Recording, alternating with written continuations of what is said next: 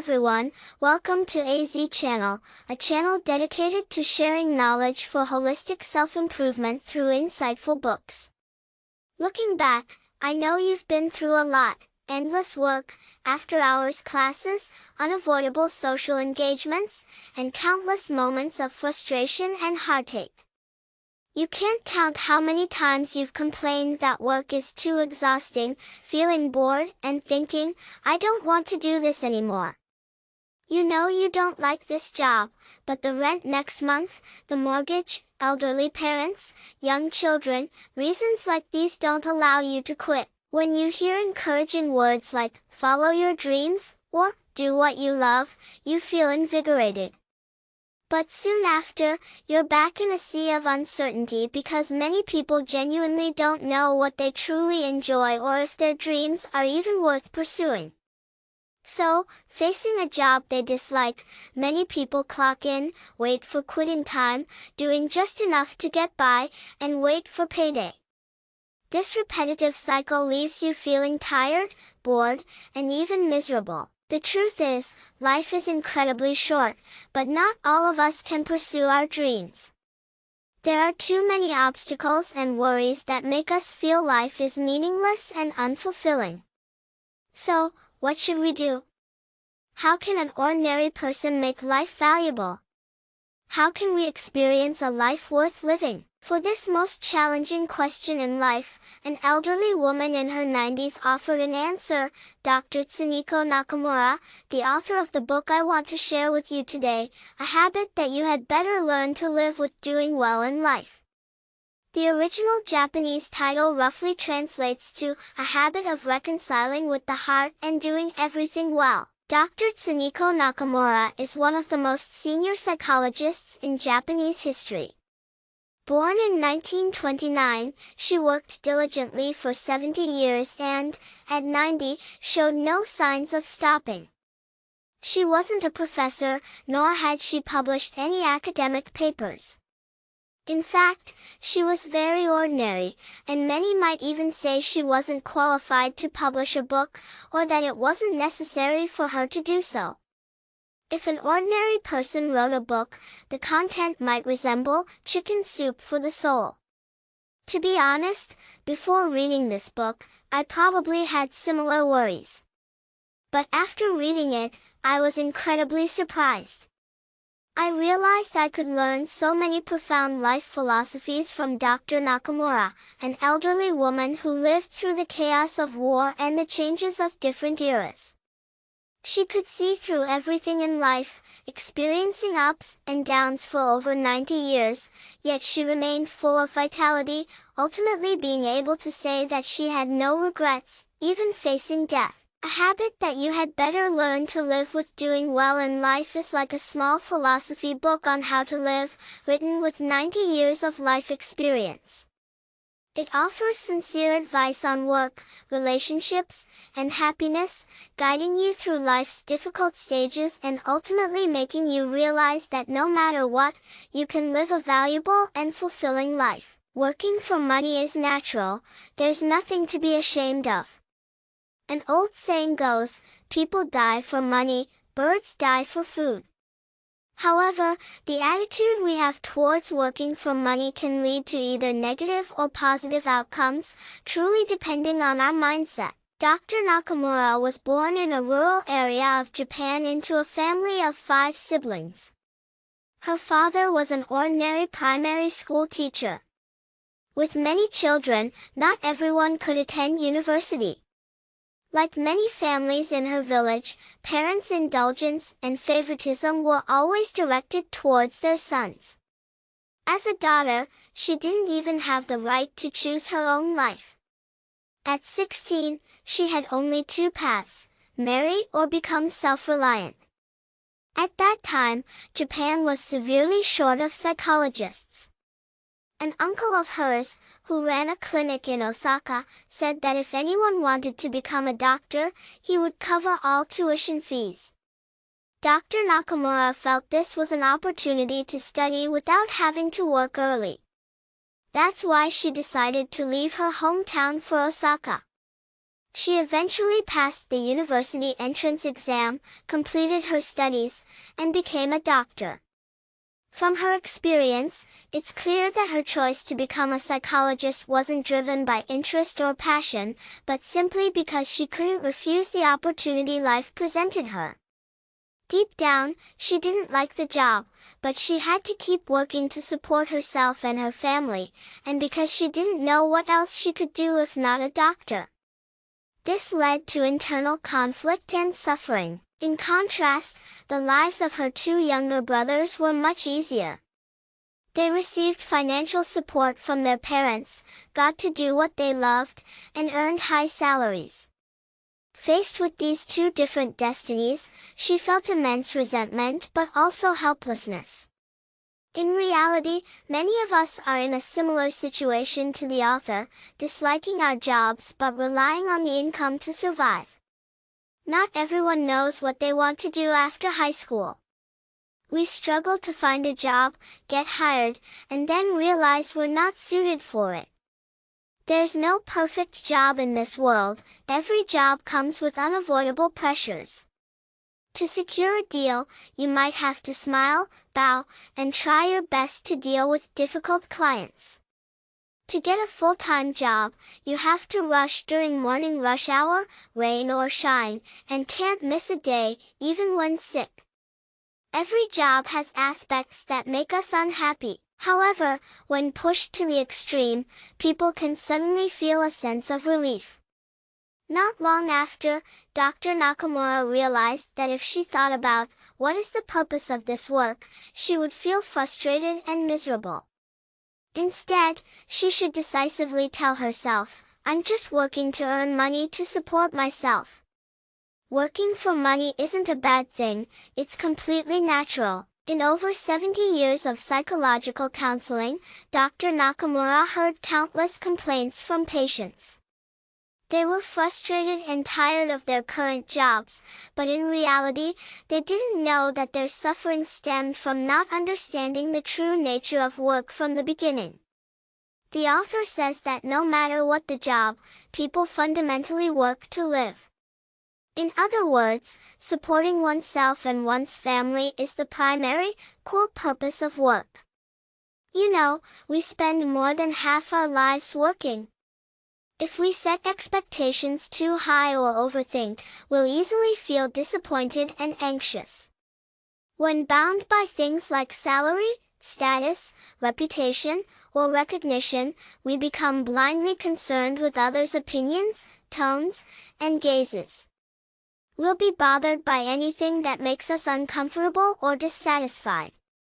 Over time, you'll feel suffocated and exhausted. If this continues for decades, sooner or later, work will consume you and drown you in misery. The author advises that people shouldn't place too many expectations on work. Whether you're a new employee or a veteran, don't overthink the tasks your boss assigns. Just try your best to do them well first.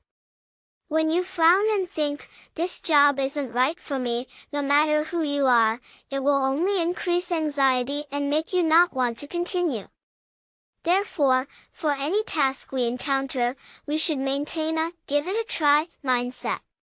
Don't give up too quickly, see it as an opportunity to hone yourself. Even if you can't love the job, at least eliminate the thought of hating it from your mind and try to do it as best as you can. Before turning 88, Dr. Nakamura worked 6 days a week, and every day she was busy.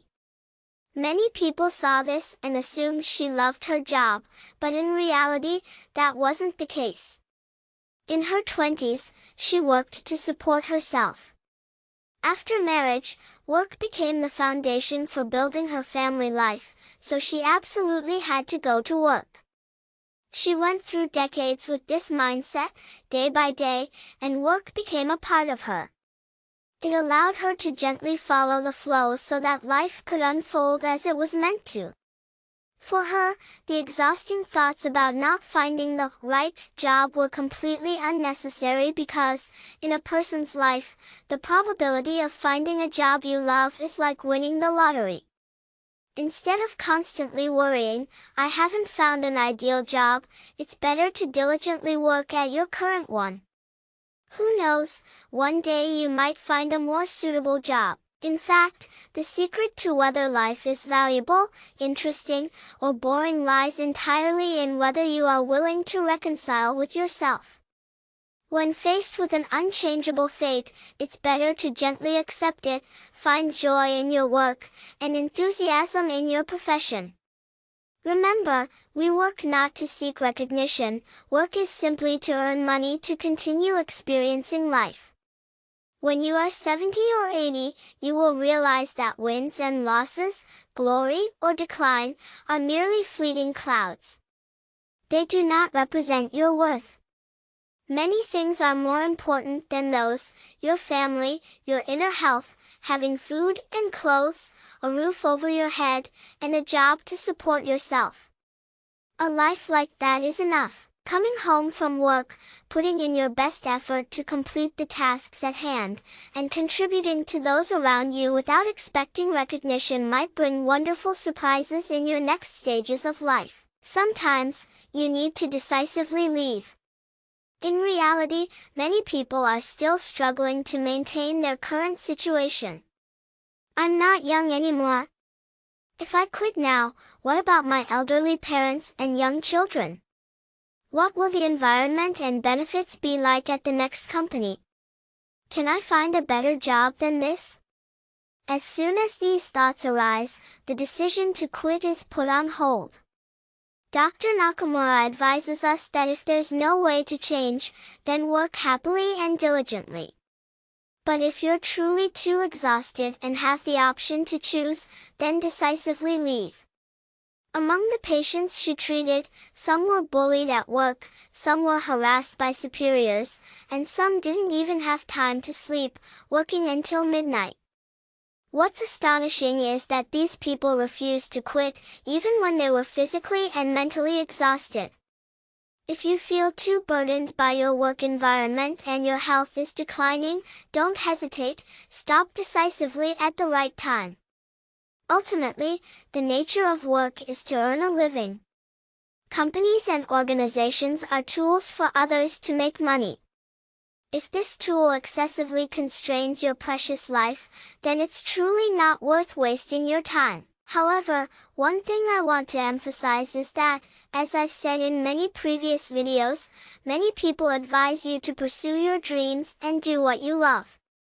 But don't blindly follow your emotions just because of that. You can actively choose when you are fully prepared and ready to take responsibility for all the outcomes after your decision. If you quit your job without knowing how you'll eat next month or pay rent with what income, if you decide to leave your current job to open a freelance business but don't have a certain amount of capital and have to borrow money and pay interest, then that's not full preparation. As the book Side Hustle points out, the way to prevent work from becoming chains that bind your life is to run yourself like a company. Don't rush to leave your main job immediately. From a business perspective, this is an extremely dangerous move. A company cannot rely on just one product as its sole source of income. Typically, a company has a stable source of income, and then uses that money to develop other products. Running yourself is the same. Your salary is the stable income of your company. You should take good care of this income source, and then use its stability to develop a second income stream or save money to have the time and conditions to develop another job in the future. Therefore, bravely breaking free from your current stable job is one of the motivations for changing your life. However, you need to have full responsibility and preparation before making a decision. Otherwise, happily accept the present. Any legitimate job can earn money, but no job can wear you down. The only thing that can break you down is your own mind. Don't force yourself to live, relax and go with the natural flow. In swimming competitions, we often hear spectators cheering, "Go! Push harder! People often mistakenly believe that by exerting all their strength and rushing into the water, they can overcome the resistance of the water and quickly reach the other side. However, dynamics prove that the more effort you use, the slower you go. The nature of water is that it will push back with as much force as you exert. Life is like a river. If you are gentle and relaxed, you can move forward more easily. In the book Life Doesn't Need Too Much Effort by Yuki Takahashi, there's a very true statement. There are two common regrets in life. One is not doing what you could have, and the other is having put in too much effort. Effort is a prerequisite for success, but if you overdo it, it will backfire. After reading this book, you'll find that the author lives with a wonderful sense of ease. This gentle flow allows her to experience over 90 years of a life worth living. So, how can we gently glide with the flow of life without overexerting ourselves, yet still easily move forward? According to the author, first, we must manually discard unnecessary baggage. Dr. Nakamura believes that the unnecessary baggage making your steps heavy and difficult is expectation. The first baggage to discard is excessive expectations of yourself. Others can do it, so I must achieve it. I must succeed for my family's honor. In reality, the deep-seated reason you strive to meet your own expectations is that you admire someone else's life or constantly compare yourself to others. When you're young, setting expectations as motivation to work hard isn't a bad thing.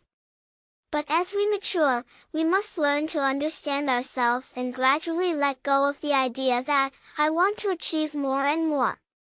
Because whether it's a thriving life or a simple one, a life with children or a single life, if you only compare yourself to others, there will never be a right answer. As a psychologist, Dr. Nakamura clearly saw that many patients outwardly had admirable lives, but inwardly harbored unspoken pains. A successful company owner was physically and mentally exhausted, facing relationship problems and unbearable loneliness.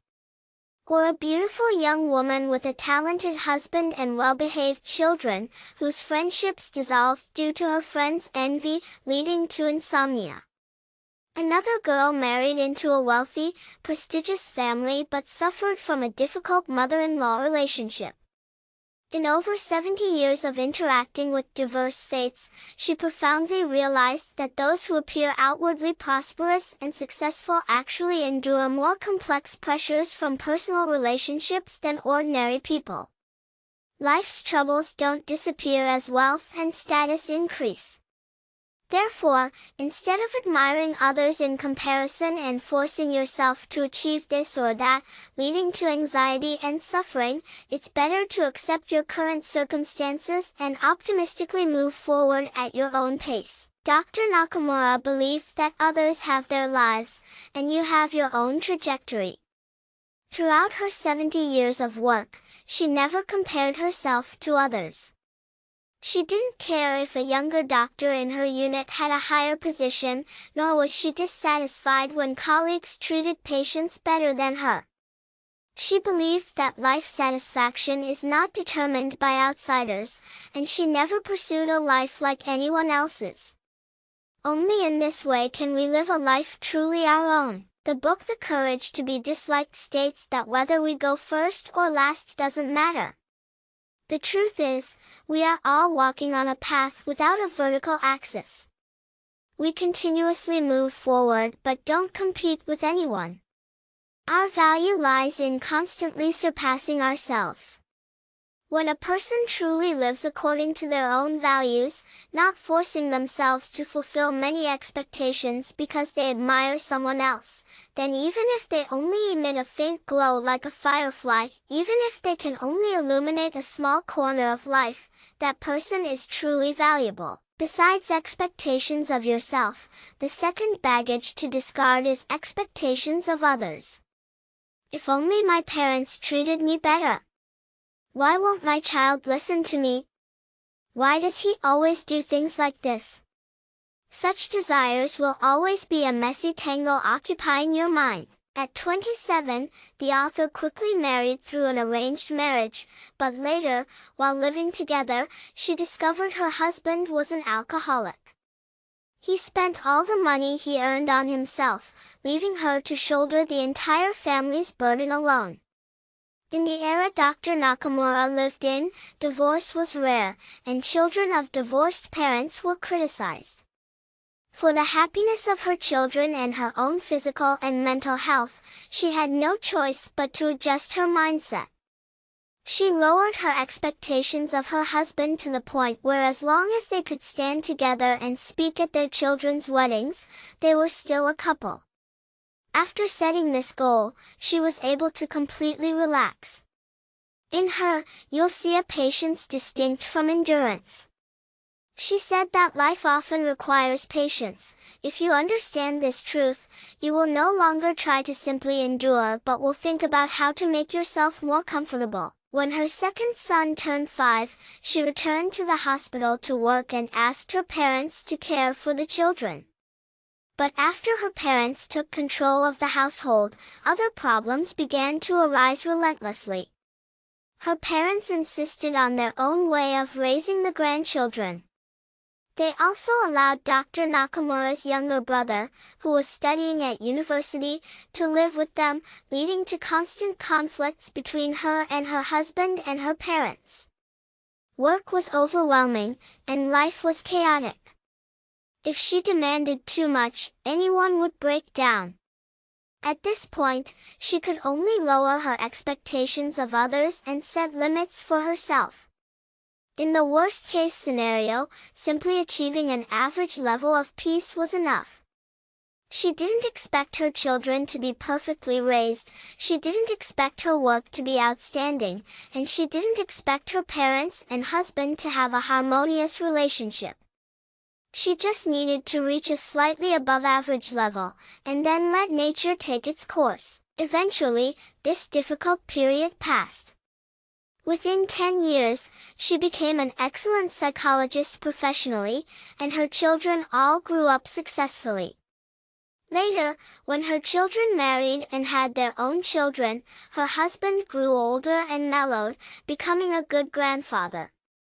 Indeed, we all hope for harmonious marriages, happy families, 3 good meals a day, and 4 seasons of peace. However, the life of an ordinary person is often precarious and chaotic. Faced with this reality, we cannot strongly resist it, we can only let things flow by lowering expectations of others, not making things difficult for ourselves, and not forcing those around us. The rule of this world is, if you aim for the top, you get the middle. If you aim for the middle, you get the bottom. If you aim for the bottom, you get nothing. When you don't achieve what you desire, greed, anger, and delusion arise. Therefore, stop seeking, reduce expectations, and don't cling to the illusion that everyone and everything will go your way. This is the wisdom of living a valuable life. In fact, to easily shed the burden of expectation, the best way is to live with low desires and embrace solitude. Dr. Nakamura pursued nothing beyond the most basic necessities of life. She dressed neatly and modestly, carried no expensive handbags, and wore no luxurious accessories. She didn't seek gourmet food nor had a desire to shop. She said that if you and your family are healthy and full of energy, and you have a close friend to talk to, you don't need anything more extravagant. Having lived through so many years, she understood that there is no environment or person in this world that can satisfy you 100%. Even if you enter what you consider the most ideal workplace, after a while, there will be things that frustrate you. Even if you marry the person you consider most perfect and happy, later on, there will still be things you find hard to accept. In reality, whether it's parents, family, friends, or lovers, others are not always concerned with us. Even a child you love dearly will become independent and start their own life when they grow up. Even someone you poured your heart into loving can leave you. So, for all the people you meet in this world, and all that you wish to possess, the best way to live in harmony is to welcome them with joy when they arrive and let go when they depart. The book 6 Lectures on Solitude states that solitude is the beginning of a complete life. If you don't have experience being alone, you won't know how to get along with others. Perhaps forcing yourself to shed some baggage will make you feel insecure and afraid of being alone, but by embracing solitude, you will no longer place too many expectations on others. When your desires decrease, you won't bother comparing yourself to others. In this way, your life will have fewer chains, and you can live freely, in harmony with yourself and those around you. Everything is valuable. One of the sayings that resonated with me from this book is, life is a journey with no return. Therefore, be grateful for every scene you see along the way. This is also a life lesson I've learned over many years. Be grateful for everything that comes and goes in life. If you live with gratitude, no matter how difficult or boring work becomes, you will cherish every moment.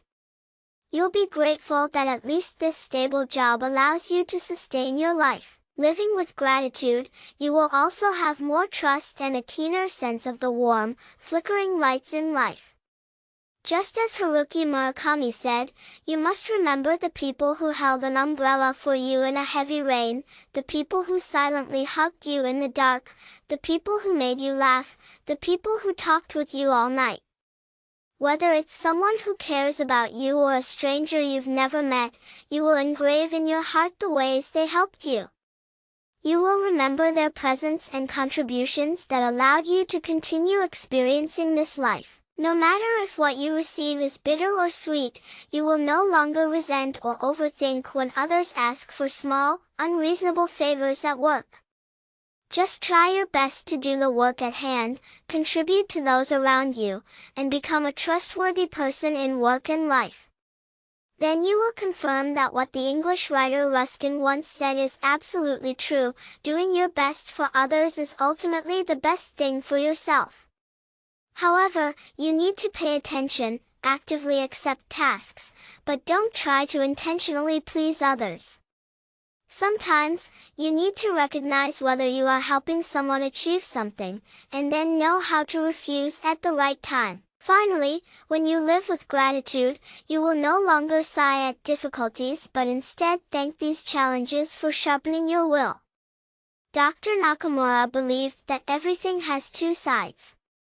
Painful experiences expand human nature, just as muscles need to be trained and stretched. The fruits of life will not appear immediately, but in every moment, there is surely something we need to cherish. Be grateful for life, don't expect it, and no matter what, you will see that the human world is valuable and that we are living a life worth living. Thank you for listening. If you found this video helpful, please share it with those who need it. Don't forget to give me a like, hit the subscribe button, and turn on notifications to catch the latest videos every week. Once again, thank you all, and I'll see you in the next videos.